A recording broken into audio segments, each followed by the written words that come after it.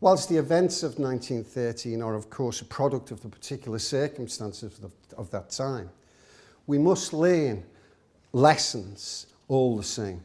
The Dublin lockout and Larkin's role in it is especially important for me. Almost 20 years after the right to organise was largely accepted by employers in the UK, it produced a savage conflict here in Dublin.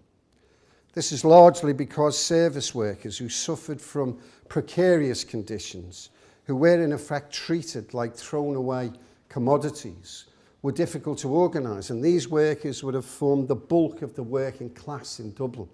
Only 20% of workers in Dublin at that time were employed in manufacturing. The city had grown rapidly due to the migration of people from the land to the city caused by the famine. There was starkness between rich and poor in Dublin, where the death rate was worse than in Calcutta. The infant mortality reached 142 out of every 1,000. But if we look at this from a class perspective, we find that the professional classes had an infant mortality rate far less than half that in working class areas. Poor housing and ill health were notorious in the city, a city of over 5,000 tenements, with more than 5 people living in each room.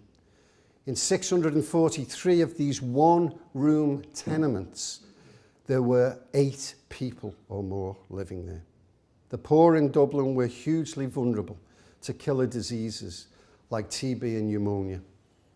Into this tinderbox arrived Jim Larkin in 1908.